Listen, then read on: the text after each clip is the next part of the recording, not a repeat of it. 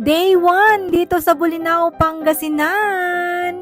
Wala nga kaming kinuhang tourist guide at kami nga lang yung nag-search nito. Kaya naman ang itinerary namin for today's video ay pumunta nga sa Enchanted Cave at doon nga sa Bolinao Falls. At mula nga doon sa pinag-check-in na namin ay nagbiyahe nga kami ng 15 minutes papunta nga dito sa Enchanted Cave. Perfect yung pinag-check-inan namin dahil andito nga lang sa sentro at napupuntahan mo na nga yung mga tourist spot dito sa may Bolinao. At yun nga ang sumalubong sa amin yung friend ni Daddy Dandan ay napo nagwapo. Malawak nga rin dito at napakarami nga ring spots na pwedeng mapagpicturean. Pero ito nga yung pinakasadya namin dito, itong Enchanted Cave na bukal nga daw. Andito nga ito sa may loob. So kailangan nating bumaba para nga makapag-swimming. And super amazed ang mga person dahil literal pala itong cave. Tapos yun nga ang sabi sa amin ay bukal nga raw ito at napakalinis. As in mararamdaman mo talaga na fresh yung tubig. At buti na lang yung pagpunta namin dito ay hindi nga ganun katao. Dahil kapag matao nga raw dito ay kailangan mong pumila at mag-aalat nga lang sila ng 30 minutes para nga magstay ka dito. Pero dahil nga kami lang yung dito, ayun at tumagal na kami dito ng 1 oras ay naapo nagmaya. Nagpintas.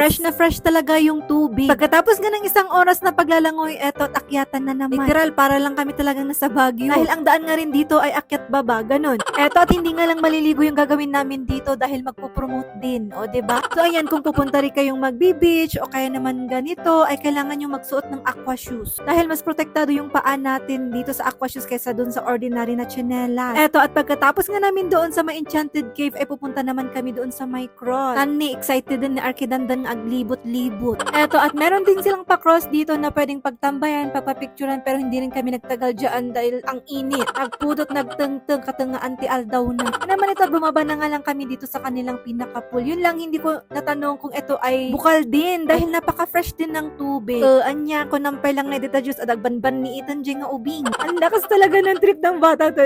Nuha niya yung laruan niya tapos ayan, nagliliw-liw na siya dyan. Pagkatapos nga namin dito nag-swimming ay lumipat na nga kami at pumunta na nga kami doon sa may Bolinao 1. Eto, Bolinao 1 na yung pinuntahan namin. Meron itong entrance na 30 pesos at binahi nga namin ng 30 minutes mula doon sa Enchanted Cave. So eto nga yung Bolinao 1. Meron pang Bolinao 2 and 3 pero hindi na nga namin napuntahan tani ay naapo nagbanugot. Pero eto nga yung view kapag pumunta ka dito sa may Bolinao 1 ay naapo nagpintas. As in amazing. Sobrang ganda. Kung nagagandahan ka na sa nakikita mo sa social media, mas maganda pa dito sa may personal as in. Sulit yung biyahe, sulit yung pagod, sulit yung entrance na 30 pesos. Dahil pagdating mo naman dito ay grabe. Naka talagang masasabi kundi amazing. Kaya naman kung hanggang plano pa rin yung nandyan sa may GC nyo ay napukulayan nyo na. Puro plano, ituloy din. So anya panginurot taramidon mo ito yun, di nga aglangoy-langoy. Umay kayon taglangoy tayon ay napo. So pagkatapos nga ng langoy-langoy namin eto at umuwi na kami tani nabannog na kami. Kabannog ba't gayam ta aglangoy ay napo. Good ni hampay nga nga nabannog nila kay ko iso nga nakabidyo pa lang tikas to eh. Ngamni nagpintas sika, napinpintas nam sika.